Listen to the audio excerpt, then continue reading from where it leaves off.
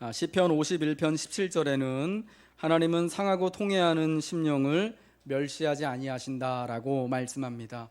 하나님 앞에 우리의 잘못을 회개하며 나아가는 자들을 하나님이 이렇게 품어 주신다, 긍휼히 여겨 주시고 기뻐하신다라는 그러한 말씀입니다. 우리가 회개할 때마다 우리의 잘못을 뉘우치고 주님 제가 범죄했습니다, 잘못했습니다 할 때마다 하나님은 우리가 어떠한 잘못을 함에도 불구하고 우리를 용납하여 주시고 사랑해 주시고 다시금 하나님과 나의 관계를 회복시켜 주신다라는 것입니다. 그런데 그때 이 회개가 참 믿음을 따르는 것이냐, 그저 나의 열심, 나의 감정을 따르는 것이냐, 이게 문제인 것입니다. 그저 크게 슬퍼하고 통곡하면서 하나님 나 범죄했습니다 라고 하는 것은 하나님은 회개라고 인정하지 않으시는 것 같습니다. 진짜 회개는 하나님께 순종함을 동반합니다. 통곡하는 수준으로 울고 아무리 눈물을 많이 흘리고 잘못했습니다, 용서해 주세요라고 고백해도 믿음의 순종함이 없으면 회개가 아니게 되는 것입니다. 그것은 고집이 되는 것입니다. 가데스 바란 광야에서 하나님께 반역한 출애굽 1세대들에 대한 하나님의 응답은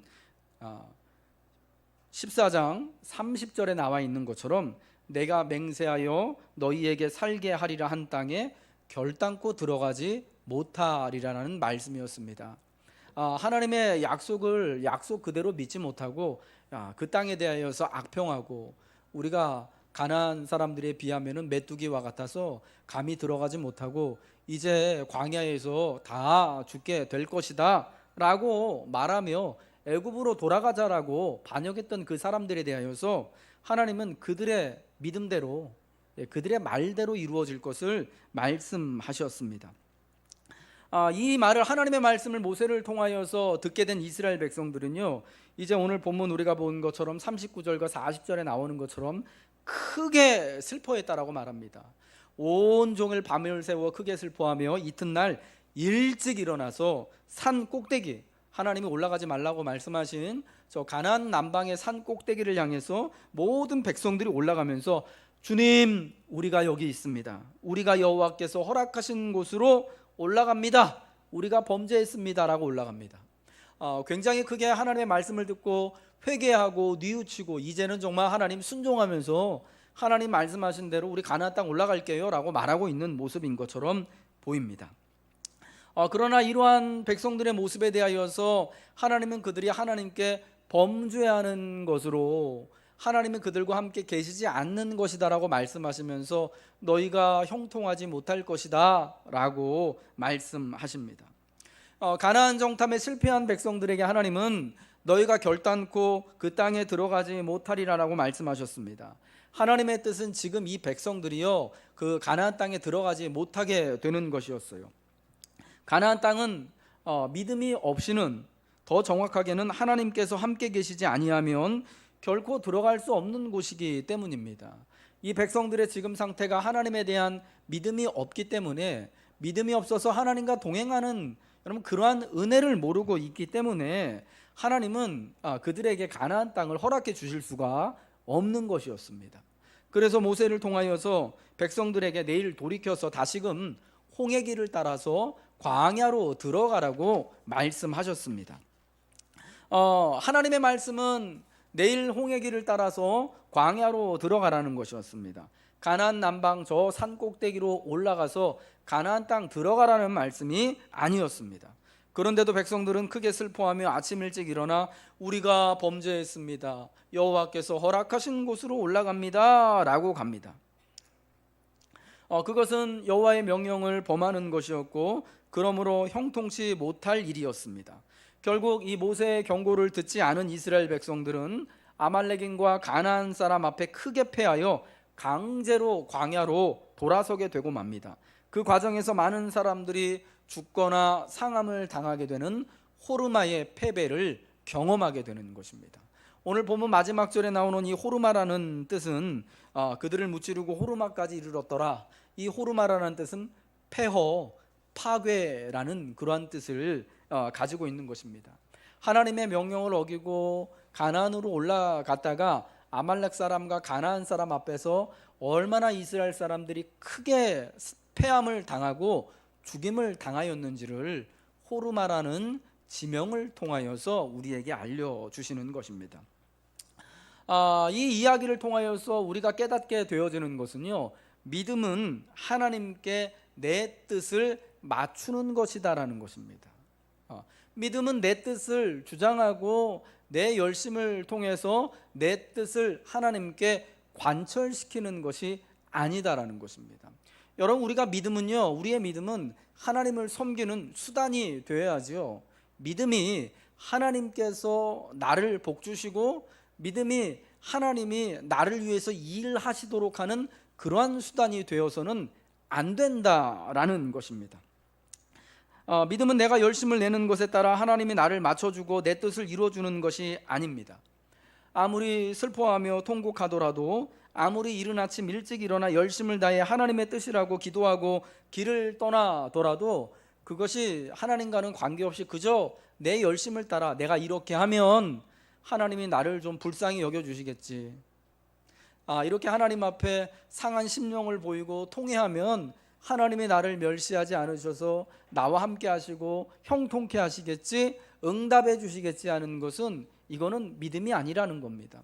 여러분, 시편 51편 17절에서 하나님은 상한 심령과 통회하는, 이 상하고 통회하는 심령을 멸시치 아니하신다고 했을 때 그 회개하는 모습은 어떤 거냐?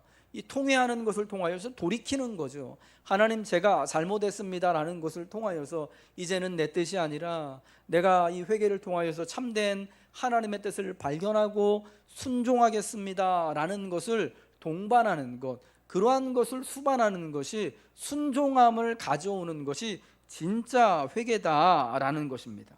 여러분, 그렇지 않는 것은 아무리 회개의 모양을 가지고 있다고 하더라도 우리가 생각할 때 눈물을 많이 흘리고 큰 소리로 울면서 많은 사람들이 다 듣도록, 저 하늘에 계신 하나님도 다 듣도록 큰 소리로 주님, 저는 죄인입니다, 울고 불고 통곡하더라도 자기의 뜻을 돌이키는 일이 없다면, 하나님께 순종하는 것이 없다면 그것은 그저 하나님 앞에 자기 고집을 부리는 것밖에 되지 않는다라는 겁니다.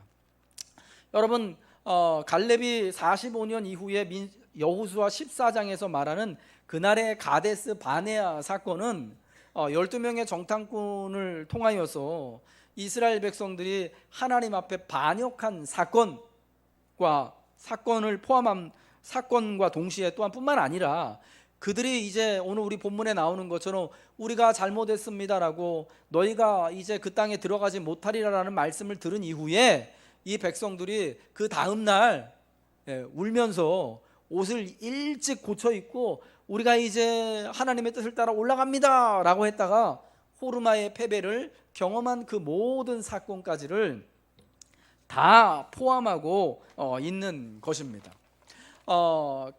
이 10명의 정탐꾼들이 그 땅을 악평하여서 많은 그 대부분의 이 이스라엘 사람들이 이제 하나님의 뜻에 반역하고 애굽으로 돌아가고자 하는 것도 큰 잘못이고 반역이었지만, 이제 또 하나님, 우리가 잘못했습니다, 범죄했습니다라고 울면서 저 가나안 산 꼭대기로 올라가는 것도 그에 못지않은 커다란 반역 사건이다라는 거예요. 그냥 겉모습을 볼 때는 이들이 참 정말 회개하고 있는 것 같아요. 자기 잘못을 뉘우치고 있는 것 같아요.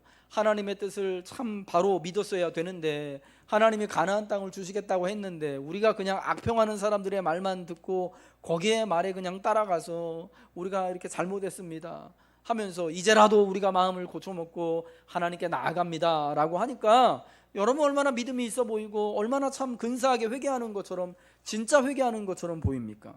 그런데 아무리 믿음의 열심을 내어도 여러분, 그것이 하나님의 명령을 어기는 것이 된다면, 하나님이 함께 계시지 않는다면 그 열심은 사실은 헛것, 믿음이 아니다라는 겁니다. 그러한 회개는 진짜 회개가 아니라 하나님 앞에 순종하는 것이 아닌, 사실은 고집을 부리는, 내 뜻대로 나의 원함대로 하나님을 조종하려고 하는 또 다른 반역의 모습이다라는 것입니다. 오늘 본문의 말씀 41절과 42절 말씀, 하나님은 모세를 통하여 이렇게 말씀하십니다. 너희가 어찌하여 이제 여호와의 명령을 뭐라고요? 범하느냐? 이 일이 형통하지 못하리라. 여호와께서 너희 중에 계시지 아니하니 올라가지 말라. 너희의 대적 앞에서 패할까 하노라. 이러한 모습은 여호와의 명령을 범하는, 하나님의 명령을 다시금 어기는 것이 되어지는 것이었습니다. 어제까지는 하나님께서 가나안 땅에 올라가서 믿음으로 취하라는 것이 하나님의 말씀이었다면, 지금 오늘 하나님의 뜻은 무엇이냐? 너희가 결단코 가나안 땅에 들어가지 못하겠다라는 거예요. 다시금 길을 돌려서 홍해길을 따라 광야로 들어가라는 것이 오늘 하나님의 말씀인 거예요. 여러분, 그들은 이러한 하나님의 명령을 다시 한번 가나안에 안 들어가겠다고 버텨서 어긴 것처럼 다시 한번 광야로 들어가라는 하나님의 말씀을 듣지 않게 되어지는 것이죠. 여러분, 그러므로 우리가 항상 주의하여서 오늘 지금 나에게 주시는 하나님의 뜻이 무엇인지를 잘 분별하고 바라볼 수 있는 믿음의 훈련, 믿음의 자세가 필요하다라는 것입니다. 인생에서 정말 중요한 것은 하나님께서 지금 나와 함께 계시는가, 그렇지 않은가 하는 것입니다. 이 일이 형통하지 못할 것이다 라고 모세가 말하며 백성들에게 하는 말이, 여호와께서 너희 중에 계시지 아니하니 올라가지 말라라는 겁니다. 믿음이 없는 자들에게, 회개하는 신용을, 회개하는 열심을 보이고 있는 그들에게 하나님이 지금 계시지 않기 때문에 올라가지 말라고 하는 거예요. 올라가 봤자 하나님이 계시지 않기 때문에 너희가 패할 수밖에 없다라는 거예요. 여러분, 정말 중요한 것은 내가 어떤 믿음의 열심을 내느냐, 내가 얼마나 하나님 앞에 크게 슬피 울며 하나님, 내가 범죄했습니다, 이제 하나님의 뜻을 따라 올라갑니다 라고 여러분 그러한 열심을 내느냐가 아니라, 하나님께서 정말 나와 함께 계시느냐 하는 것이에요. 그럼 여러분, 하나님은 누구와 함께 계실까요? 그분의 음성을 듣고 자신의 뜻을 꺾고 오직 순종하기를 결단하는 갈렙과 여호수아와 같은 이들과 함께 하시는 거예요. 어제까지는 충분히 해낼 수 있을 법한 일도 오늘 하나님께서 나와 함께 계시지 않으면 혼자서는 할 수가 없는 겁니다. 안타깝게도 백성들은 모세의 경고를 여러 번에 걸쳐서 들었음에도 불구하고 고집을 꺾지 않습니다. 우리 한번 44절 말씀 한번 읽어볼까요? 읽겠습니다. 시작. 그들이 그래도 산 꼭대기로 올라갔고 여호와의 언약궤와 모세는 진영을 떠나지 아니하였더라. 하나님이 모세를 통하여서 이 지금 불순종하고 있는, 계속해서 명령을 어기는 이스라엘 백성들에게 경고하십니다. 야, 너희가 어찌하여 이제 여호와의 명령을 범하느냐? 지금 하나님의 명령은 다시금 광야로 들어가라는 건데 왜 올라가겠다고 하느냐? 이 일을 너희가 형통하지 못한다. 여호와께서 너희 중에 계시지 아니한다. 너희의 대적 앞에서 너희는 올라가 봤자 너희 패하고 만다. 모세가 여러 번에 걸쳐서 경고를 하고 권면을 했습니다. 그럼에도 불구하고 그들이 그래도 산 꼭대기로 어떻게 했다고요? 올라갔습니다. 우리가 이러한 열심을 내기만 한다면, 우리가 하나님의 말씀을 따르는 것처럼 보이기만 한다면, 여겨지기만 한다면, 우리가 이런 믿음의 열심을 낸다면 하나님이 우리를 도와주실 거야, 하나님이 나와 함께 해주실 거야 라는 그런 그릇된 믿음이 있었던 거예요. 여러분, 이러한 믿음은 사실 오늘 우리에게도 그대로 있지 않습니까? 내가 하나님을 위하여서 이런 열심을 품는다면, 내가 이제 이렇게 정말 돌이켜서 하나님께 크게 슬피 울며 불고 매달리고 기도하고 간구하고 하나님의 뜻을 따라 이른 아침 일찍부터 하나님의 일을 하려고, 봉사하려고 애쓰고 힘쓰는 모습을 보인다면, 마침내 하나님이 나의 갸륵한 정성을 보시고 나를 도와주실 거야, 나와 함께 하실 거야.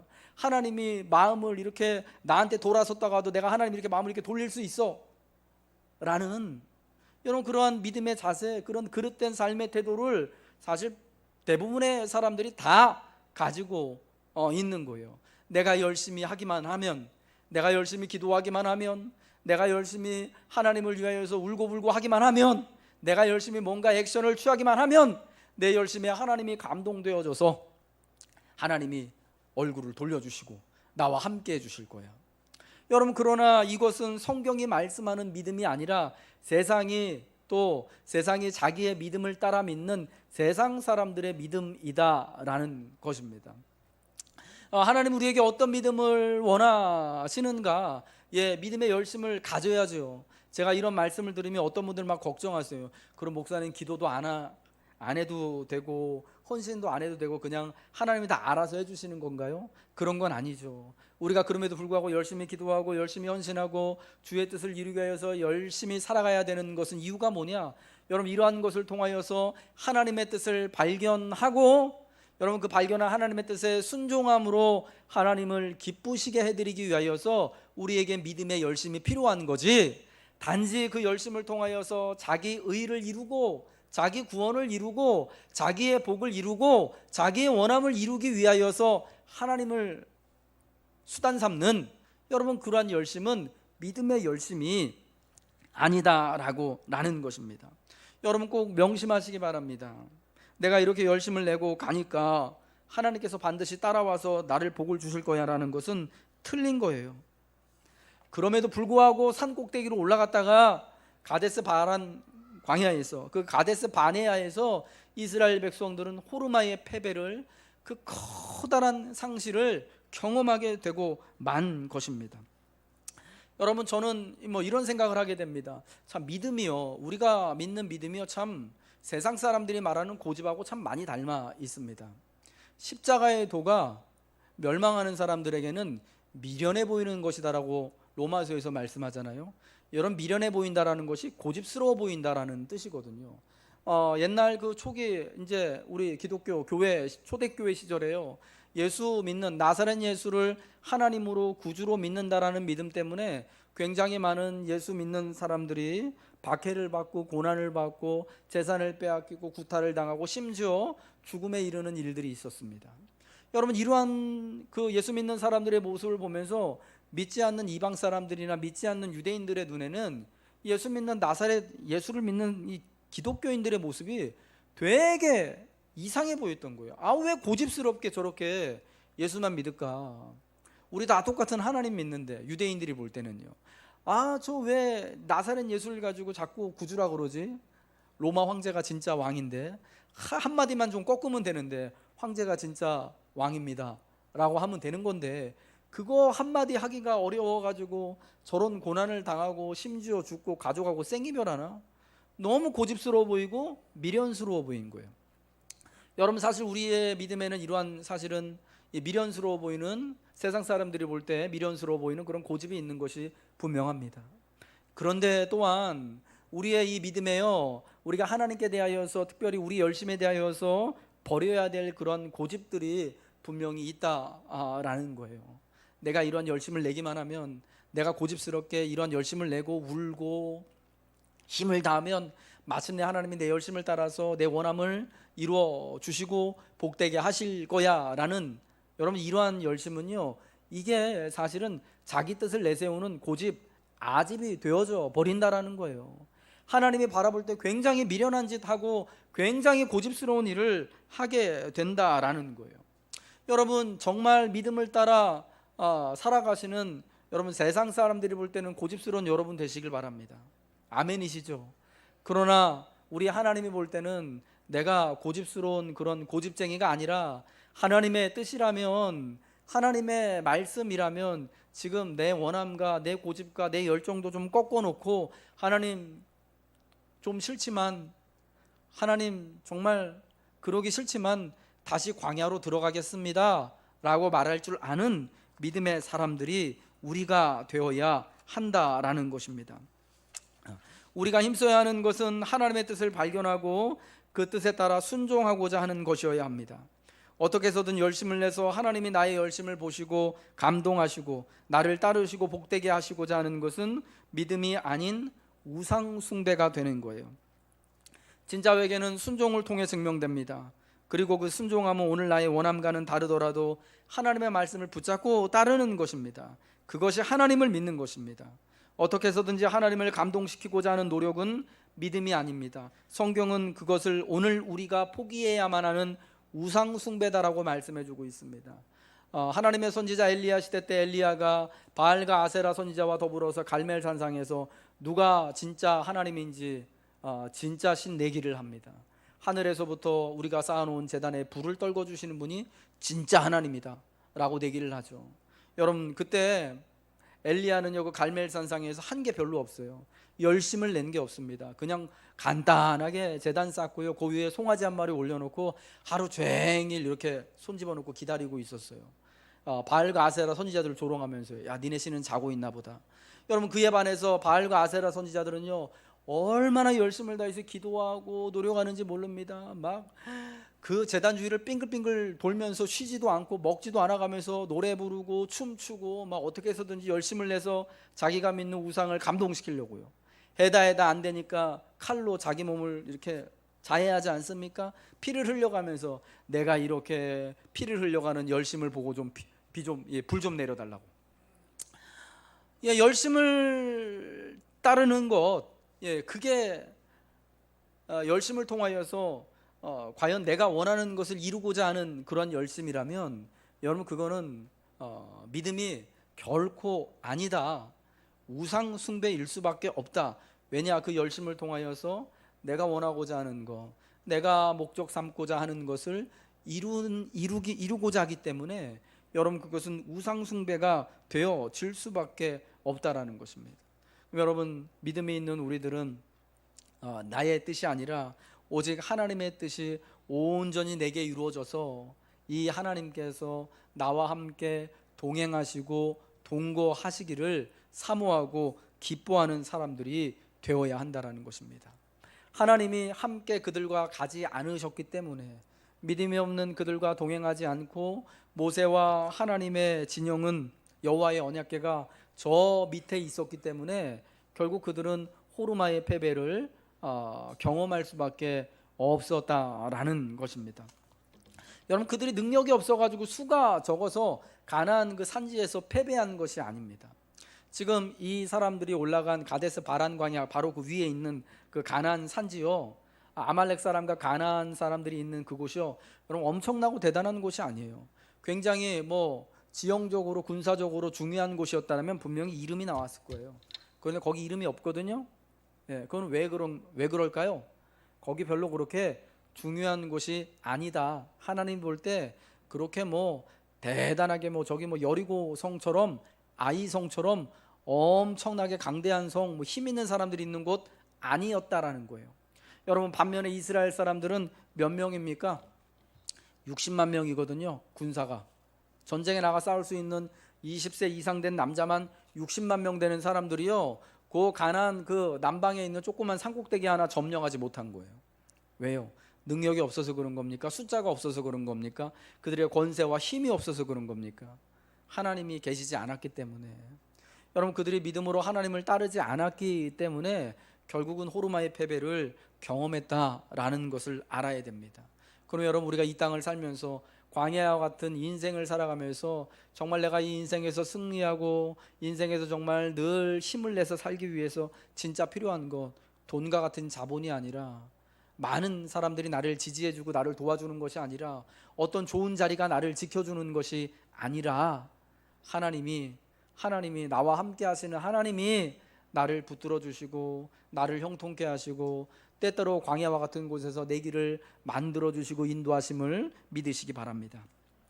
마지막으로 믿음은요, 내 이익보다 하나님을 먼저 앞세우는 것입니다. 고린도전서 13장 5절 사랑장에요, 사랑은 자기의 유익을 구치 않는다, 자기의 유익을 구하지 않는다라고 말씀하고 있습니다. 사랑은 자기의 유익을 구하지 않고요, 하나님의 유익을 구하고요, 이웃의 유익을 구하는 거예요. 내가 사랑하는 사람의 유익이 나보다 먼저 되는 거예요. 나의 권리와 나의 유익보다 하나님의 권리가 먼저가 되어지는 거고, 또 우리 이웃과 교회의 유익이 먼저가 되는 것입니다. 여러분, 민수기 14장 이야기를 통하여서 사실은 이 민수기 14장에 나와 있는 그 시대 출애굽 1세대의 사람들은 다 이렇게 하나님께 반역한 대로 그 죄를 받을 만한 사람들이었습니다. 그 땅을 악평한 10명의 정탐꾼들은 그 자리에서 바로 죽임을 당할 만했습니다. 하나님의 말씀을 2번이나 반역하고 그래도 우리가 열심을 내서 한번 올라가겠습니다라고 했다가 호르마의 패배를 경험하는 이스라엘 사람들 질만했습니다. 그런데 여러분, 갈렙과 여호수아의 경우는 이야기가 좀 다르잖아요. 이 두 사람은 하나님께 불순종하지 않았음에도 불구하고 우리가 믿음으로 저 땅에 올라가서 그 땅을 하나님이 약속하신 대로 기업으로 취할 수 있습니다, 이길 수 있습니다, 우리 제발 갑시다 라고 했던 갈렙과 여호수아, 여러분 그들은 불순종하지 않았음에도 불구하고 믿음으로 말하고 믿음으로 고백하고 행동했음에도 불구하고 불순종한 자기 동료들과 똑같이, 믿음이 없는 그 백성들과 똑같은 일을 당합니다. 하나님이 말씀하신 것처럼 40년 동안 도로 광야로 들어가야 했습니다.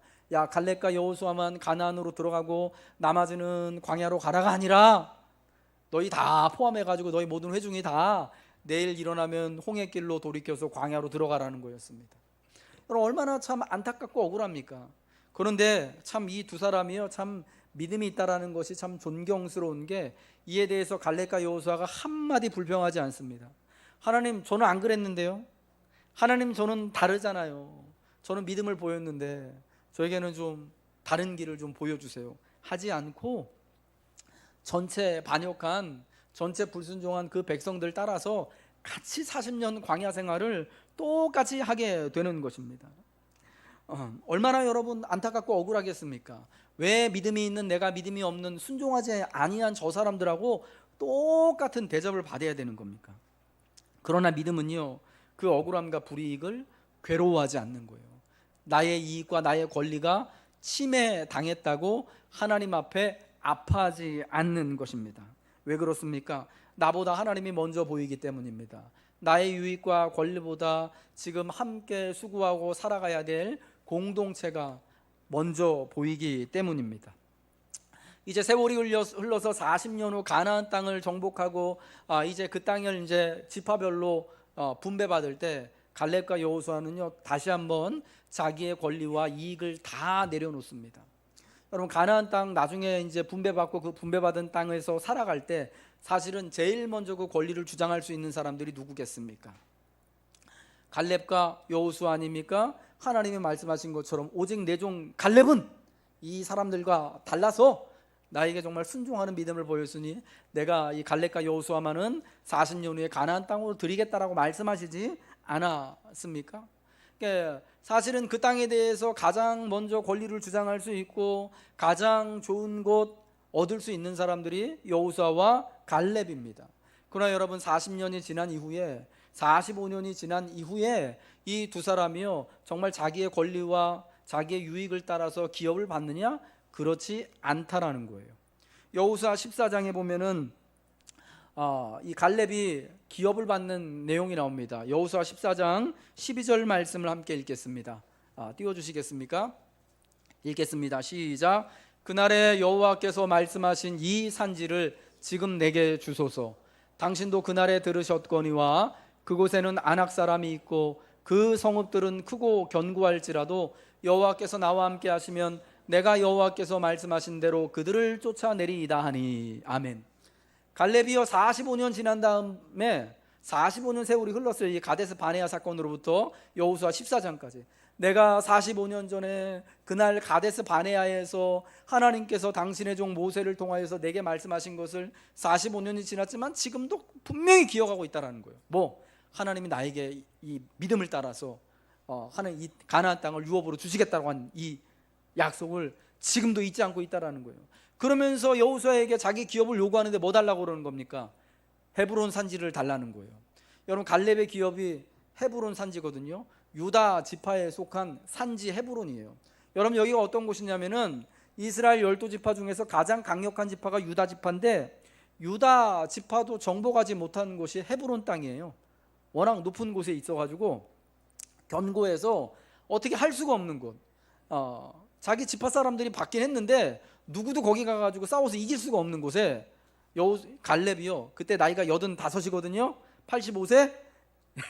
우리 박 장로님 정도 연세가 되셨던 거예요. 이 어른이 여호수아를 찾아가서 누구도 가려고 하지 않은 그곳, 감히 참 가서 이길 엄두도 못 내는 그 땅을 자기 기업으로 달라는 거예요. 여러분 얼마나 믿음을 따라서 자기의 유익을 내려놓고 공동체를 위하여서 솔선수범하는 여러분 그런 믿음의 모습을 보이는 것입니까? 여러분 여호수아 역시 마찬가지입니다. 여호수아 19장 49절 50절 말씀 한번 읽겠습니다. 띄워주시겠습니까? 읽겠습니다. 시작.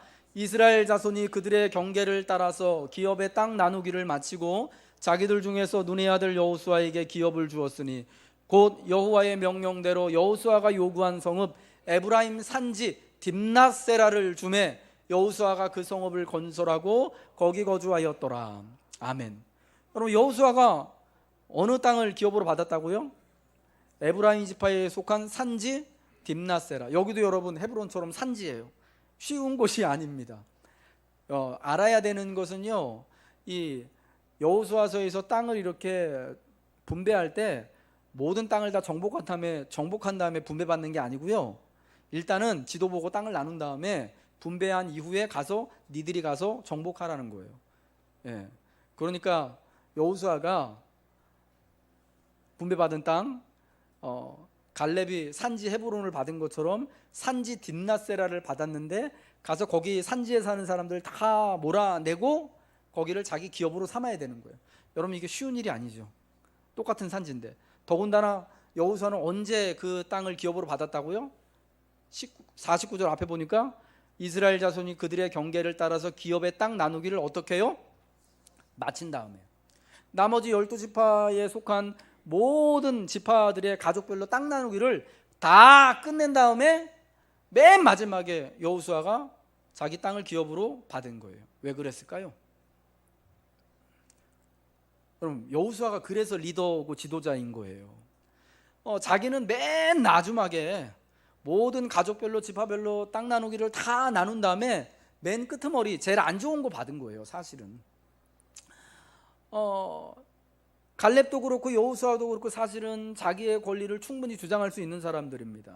하나님이 나한테 그날에 약속하셨으니까, 하나님이 약속하신 것처럼 내가 이 가나안 땅 중에서 내가 제일 먼저 선택할 수 있고 가장 좋은 곳, 가서 정복하기 쉬운 곳, 같이 살기 쉬운 곳, 교통 좋은 곳, 농사짓기 좋은 곳, 얼마든지 자기 마음대로 택할 수 있지만 여러분, 그렇다고 해서 다른 사람들이요 갈렙하고 여호수아한테 욕심쟁이라고 너무한다라고 말할 수 있겠습니까?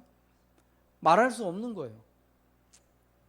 그럼에도 불구하고 여러분, 믿음은 자기의 권리를 내려놓고 자기의 유익을 구하는 것이 아니라 하나님의 나라를 먼저 구하고 하나님의 뜻이 이루어지는 것을 먼저 원하고 그리고 이웃의 유익을 먼저 구하는 것이기 때문에 갈렙과 여호수아는 45년 전이나 45년 후냐 똑같이 1절 하나님 앞에 순종하며 자기의 권리, 유익, 억울함 이런 거 힐절 말하지 않게 되는 것입니다. 좋은 곳, 쉬운 것보다 자기 권리와 자기 유익을 내세우는 것보다 내가 하나님의 뜻을 발견하고 하나님과 함께 동거하고 동행하는 것을 더욱 원하고 사모하기 때문인 줄 믿으시기 바랍니다. 하나님을 감동시켜 내가 원하는 것을 얻고자 하는 것은 믿음이 아닙니다. 그것은 고집입니다. 불신앙입니다. 그러한 마음에는 하나님이 함께 계시지 않습니다. 오직 지금 주의 뜻에 순종함으로 하나님과 함께 거하시길 결정하시기 바랍니다. 그리고 믿음을 따라 내 이익보다 내 권리보다 훨씬 크고 중요한 것이 하나님이심을 깨달으시기 바랍니다. 광야와 같은 우리의 인생, 오직 믿음의 순종함을 통해서만 살아갈 수 있음을 기억하시길 주님의 이름으로 축복합니다.